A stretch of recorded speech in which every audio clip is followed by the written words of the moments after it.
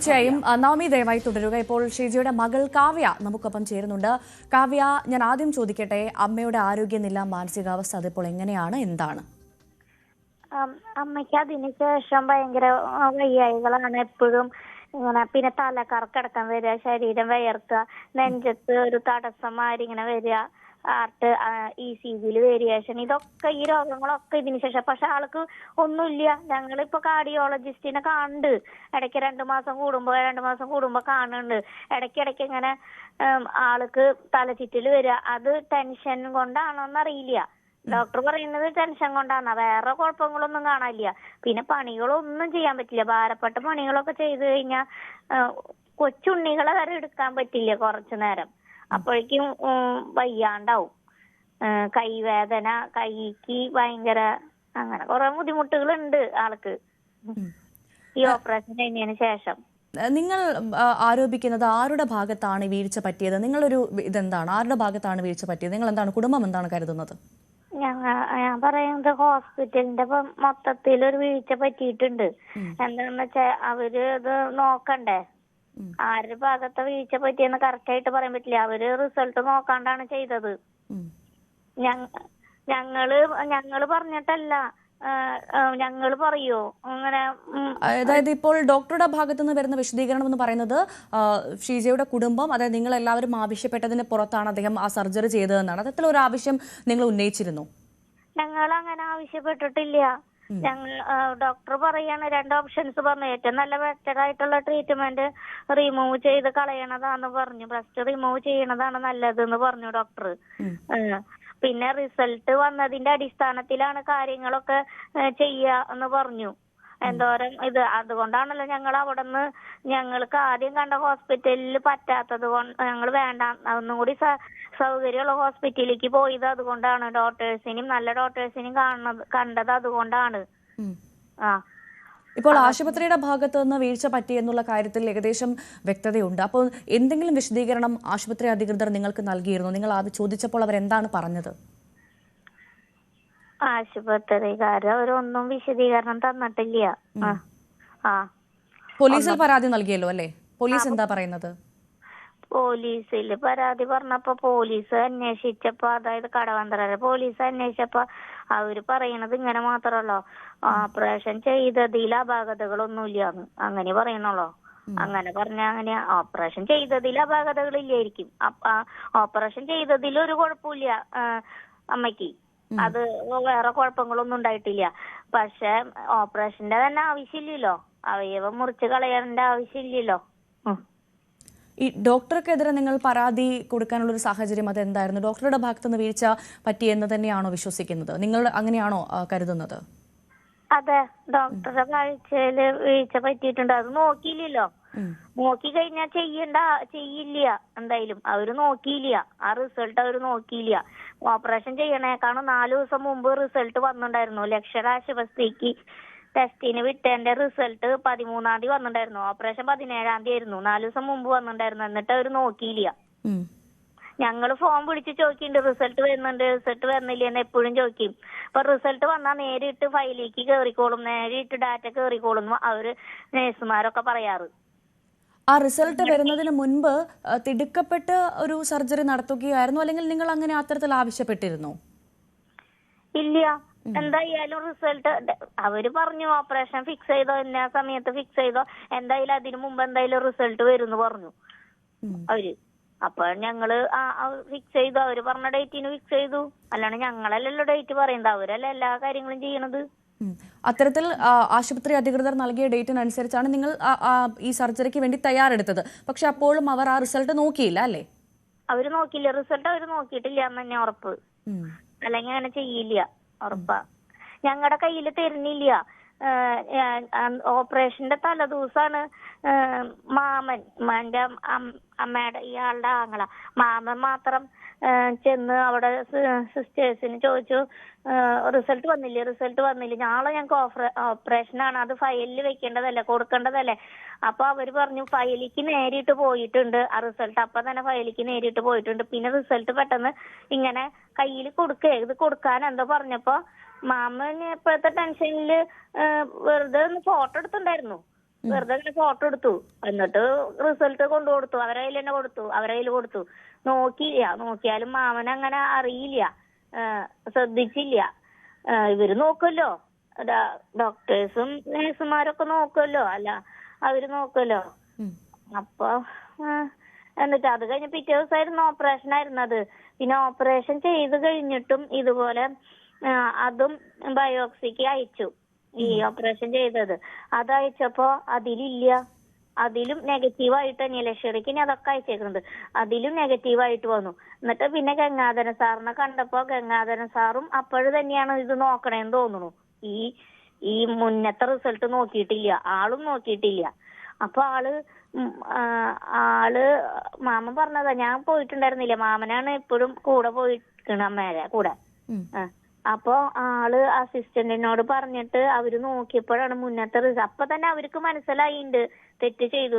എന്നാലും സാറ് പിന്നെയും വീണ്ടും അവരുടെ ചെലവിന് ആള് പറഞ്ഞു ഇത് OP-യിൽ കൊണ്ടുകൊടുത്താൽ ഈ കുറിപ്പ് ആളെന്തോ എഴുതി തന്നു, ഇത് OP-യിൽ കൊടുത്താൽ മതി, നിങ്ങളൊന്നും പൈസ ഒന്നും അടയ്ക്കണ്ട, കൊണ്ടുകൊടുത്താൽ മതി എന്ന് പറഞ്ഞു, ലാബിൽ കൊണ്ടുകൊടുത്താൽ മതി എന്ന് പറഞ്ഞു. അങ്ങനെ വീണ്ടും ടെസ്റ്റിന് വിട്ടു. പിന്നത്തെ ചെക്കപ്പിന് ചെന്നപ്പോ ഡോക്ടർ പറഞ്ഞു പേടിക്കാനൊന്നുമില്ല. എന്നിട്ടാ ഡോക്ടർ ഇങ്ങനെ പറഞ്ഞു. അതായത് കാവ്യ, ഞാനൊന്ന് ചോദിച്ചോട്ടെ, ഈ റിസൾട്ട് ലഭിച്ചത്, അതായത് അമ്മയ്ക്ക് ക്യാൻസർ ഇല്ല എന്നുള്ള റിസൾട്ട് ലഭിച്ചതിന് ശേഷം എന്തായിരുന്നു ഹോസ്പിറ്റലിന്റെ ഭാഗത്തുനിന്നുള്ള പ്രതികരണം? ഡോക്ടർ എന്താണ് പറഞ്ഞത്? അധികൃതർ എന്താണ് പറഞ്ഞത്? ഡോക്ടർമാരൊന്നും പറഞ്ഞില്ല, ഞങ്ങൾക്ക് തന്നെ മനസ്സിലായി. അതായത് ഡോക്ടർ പിന്നെ ഞങ്ങള് ലാസ്റ്റ് ആയിട്ട് ഗംഗാധരൻ സാറിനെ കണ്ടേക്കണത്.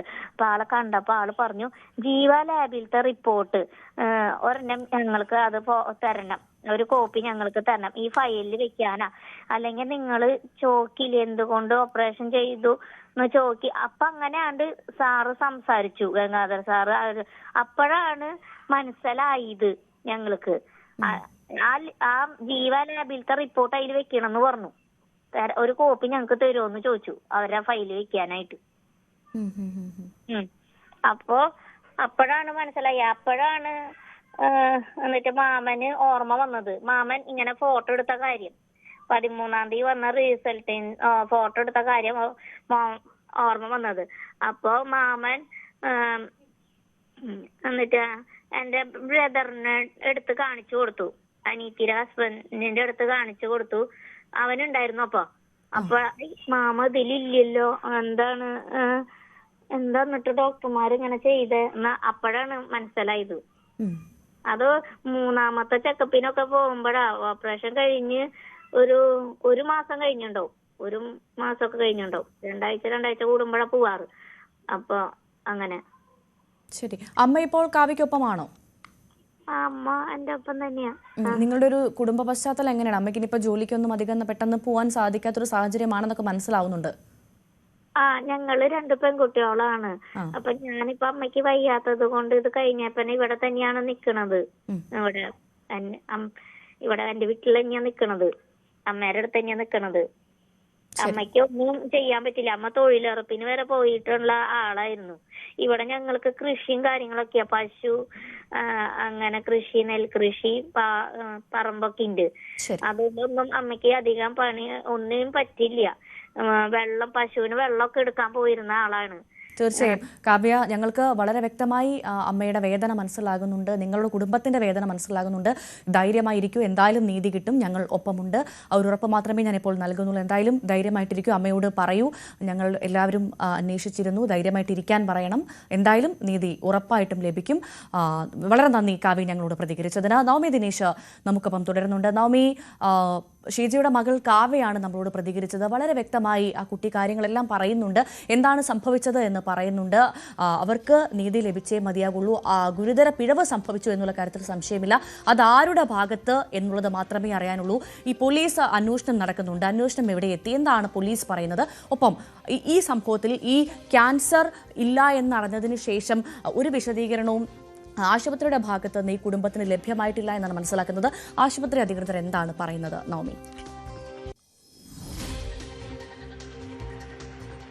ഭവ്യ, എന്തായാലും ഈ ലേക്ക് ഷോർ ആശുപത്രിയിൽ നിന്നും ലഭിച്ച പരിശോധനാ ഫലം അത് കൃത്യമായി നോക്കാൻ അല്ലെങ്കിൽ അത് പരിശോധിക്കാൻ ഇന്ദിരാഗാന്ധി ആശുപത്രിക്ക് വീഴ്ച സംഭവിച്ചു എന്ന് നമുക്ക് ഇതിനോടകം തന്നെ വ്യക്തമായിട്ടുണ്ട്. എന്നാലും ഇനി പോലീസിന് ഈ സമയത്ത് തന്നെ, അതായത് ഒരു മാസം ഏകദേശം സെപ്റ്റംബറോടുകൂടിയാണ്, ഫെബ്രുവരിയിലാണ് ഈ സംഭവം നടക്കുന്നത്. സെപ്റ്റംബറിലാണ് കുടുംബം പരാതി നൽകുന്നത്. അതായത് കഴിഞ്ഞ വർഷം 2024 സെപ്റ്റംബറിലാണ് പരാതി നൽകുന്നത്. ആ പരാതിയുടെ അടിസ്ഥാനത്തിൽ ഈ പോലീസ് കേസ് എഫ്ഐആർ രജിസ്റ്റർ ചെയ്തിട്ടുണ്ട്. പക്ഷെ പിന്നീട് ഈ വീട്ടമ്മയുടെയും കുടുംബത്തിന്റെയും ഒക്കെ മൊഴിയെടുക്കാൻ വരികയും ചെയ്തു. ഈ ജീവ ലാബിനെ 1ാം പ്രതിയാക്കി ഇന്ദിരാഗാന്ധി കോപ്പറേറ്റീവ് ഹോസ്പിറ്റൽ 2ാം പ്രതിയും ജോജോ വി ജോസഫ് സർജൻ ഇദ്ദേഹത്തെ 3ാം പ്രതിയാക്കിയാണ് കേസ് രജിസ്റ്റർ ചെയ്തിരിക്കുന്നത്. പക്ഷേ യുവതിയുടെയും കുടുംബത്തിന്റെയും ഒക്കെ മൊഴി രേഖപ്പെടുത്തുകയും ചെയ്തു. പക്ഷെ പോലീസ് പറയുന്നത് ആശുപത്രിയിൽ നിന്നും സർജറി ചെയ്തതിൽ വീഴ്ച സംഭവിച്ചിട്ടില്ല എന്നൊരു വിശദീകരണമാണ് നൽകുന്നതെന്ന്. പക്ഷേ കുടുംബം ഇപ്പോഴും ആവർത്തിക്കുന്നത് സർജറി ചെയ്തതിലല്ല ഈ വീഴ്ച സംഭവിച്ചിരിക്കുന്നത്, പക്ഷെ സർജറിയെ ചെയ്യേണ്ട ആവശ്യമുണ്ടായിരുന്നില്ലല്ലോ എന്നൊരു വാദത്തിൽ തന്നെയാണ് കുടുംബം ഇപ്പോഴും നിൽക്കുന്നത്. അതിന്റേതായിട്ടുള്ള തെളിവുകളെല്ലാം അവരുടെ പക്കലുണ്ട്. അമല ആശുപത്രിയിൽ, അതായത് ലേക്ക് ഷോറിലെ ആശുപത്രിയിലെ ഫലം ലഭിച്ചതിന് ശേഷം തന്നെ വീണ്ടും സംശയം ദൂരീകരിക്കുന്നതിന് വേണ്ടി അവർ അമല ആശുപത്രിയിലും പരിശോധന നടത്തി. അതിലും നെഗറ്റീവാണ്. അങ്ങനെ 2 ആശുപത്രികളിലെ നെഗറ്റീവ് റിസൾട്ട് തന്നെയാണ് ഇവരുടെ കയ്യിലിരിക്കുന്നത്. അതുകൊണ്ട് തന്നെയാണ് നിയമപരമായി മുന്നോട്ട് പോകാനും കുടുംബം തീരുമാനിച്ചിരിക്കുന്നത്.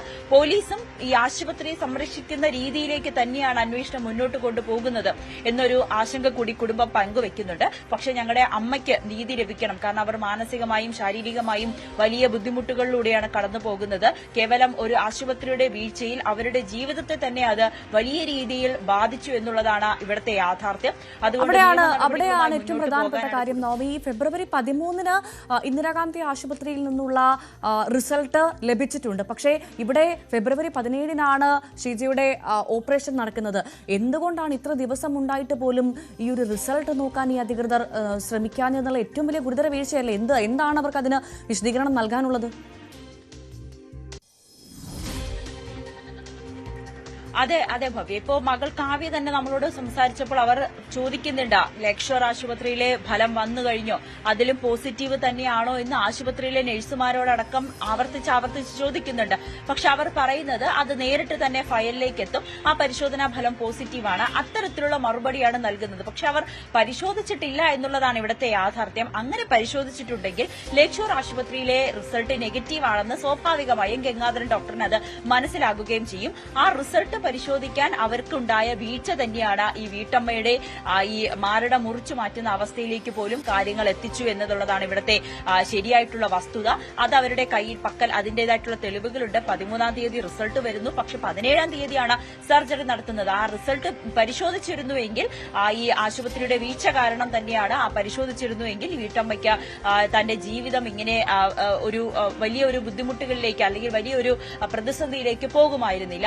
ഇവർ എന്തായാലും ഈ ഒരു റിസൾട്ടുകളെല്ലാം തന്നെ ശേഖരിക്കുന്നതിന് വേണ്ടിയിട്ടുള്ള ഒരു സമയം കൂടി കുടുംബം എടുത്തിരുന്നു. കാരണം ആശുപത്രിക്ക് മനസ്സിലായി തങ്ങളുടെ ഭാഗത്ത് നിന്ന് വീഴ്ച സംഭവിച്ചു എന്ന്. അതുകൊണ്ട് തന്നെ പിന്നീട് ചികിത്സയുടെ മറ്റ് കാര്യങ്ങൾ അല്ലെങ്കിൽ ചികിത്സയുമായി ബന്ധപ്പെട്ട തെളിവുകൾ അല്ലെങ്കിൽ ഈ ഫയലുകളൊന്നും തന്നെ കുടുംബത്തിന് കൈമാറാൻ പോലും ഈ ആശുപത്രി വിസമ്മതിച്ചു എന്നുകൂടി മകൾ പറയുന്നുണ്ട്. അതിനെ തുടർന്നാണ് പോലീസിൽ പരാതി നൽകാൻ പോലും അവർക്ക് അല്പം കാലതാമസം വന്നത്. ജീവ ലാബുമായി ബന്ധപ്പെടുമ്പോൾ അവർ പറയുന്ന വിശദീകരണം, ഞങ്ങളുടെ റിസൾട്ട് നോക്കി ഒരു ആശുപത്രിയിൽ എങ്ങനെയാണ് ചികിത്സ നൽകുന്നത്, അവർക്ക് അവരുടേതായിട്ടുള്ള റിസൾട്ട് നോക്കേണ്ടതില്ല അല്ലെങ്കിൽ അവരും പരിശോധിക്കേണ്ടതില്ലേ എന്നുള്ള തരത്തിലുള്ള ഒഴിവ് കഴിവുകളാണ് ജീവ ആശുപത്രിയിൽ നിന്നും ലഭിക്കുന്നത്. ഒപ്പം ഈ കുടുംബം തന്നെ ആരോപിക്കുന്നുണ്ട്, തന്റെ സുഹൃത്തിനും ഈ ഒരു കാര്യം തങ്ങളുടെ സുഹൃത്തുക്കളോട് പറഞ്ഞപ്പോൾ അതിലൊരാൾക്കും സമാനമായ രീതിയിൽ ഒരു അനുഭവം ഉണ്ടായി എന്നുകൂടി ഈ കുടുംബം വെളിപ്പെടുത്തുന്നുണ്ട്. എന്തായാലും ജീവ ലാബിനെതിരെയും ഗുരുതരമായിട്ടുള്ള ആരോപണങ്ങൾ ഉയർന്നുവരുന്ന സാഹചര്യം കൂടിയാണ്. പക്ഷേ പോലീസ് ഇവർക്ക് അനുകൂലമായിട്ടുള്ള നിലപാട് സ്വീകരിക്കുന്നു എന്നുള്ളതാണ് ഈ കുടുംബത്തെ സംബന്ധിച്ച് ഏറ്റവും വിഷമിപ്പിക്കുന്ന കാര്യം. തങ്ങളുടെ ജീവിതം പോലും നശിപ്പിക്കുന്ന തരത്തിലേക്ക് ഒരു ആശുപത്രിയുടെ വീഴ്ച സംഭവിച്ചിട്ടും എന്തുകൊണ്ടാണ് പോലീസ് അവരെ സംരക്ഷിക്കുന്ന രീതിയിലേക്ക് പോയത് എന്ന് കുടുംബം ചോദിക്കുന്നുണ്ട്. എന്തായാലും നിയമ നടപടികളുമായി മുന്നോട്ട് പോകാൻ തന്നെയാണ് കുടുംബം ഇപ്പോഴും തീരുമാനിച്ചിരിക്കുന്നത്. എന്തായാലും സംഭവിച്ചത് ഗുരുതര വീഴ്ചയാണ്. അത് ആരുടെ ഭാഗത്ത് എന്നതാണ് പ്രധാനമായും അറിയേണ്ടത്.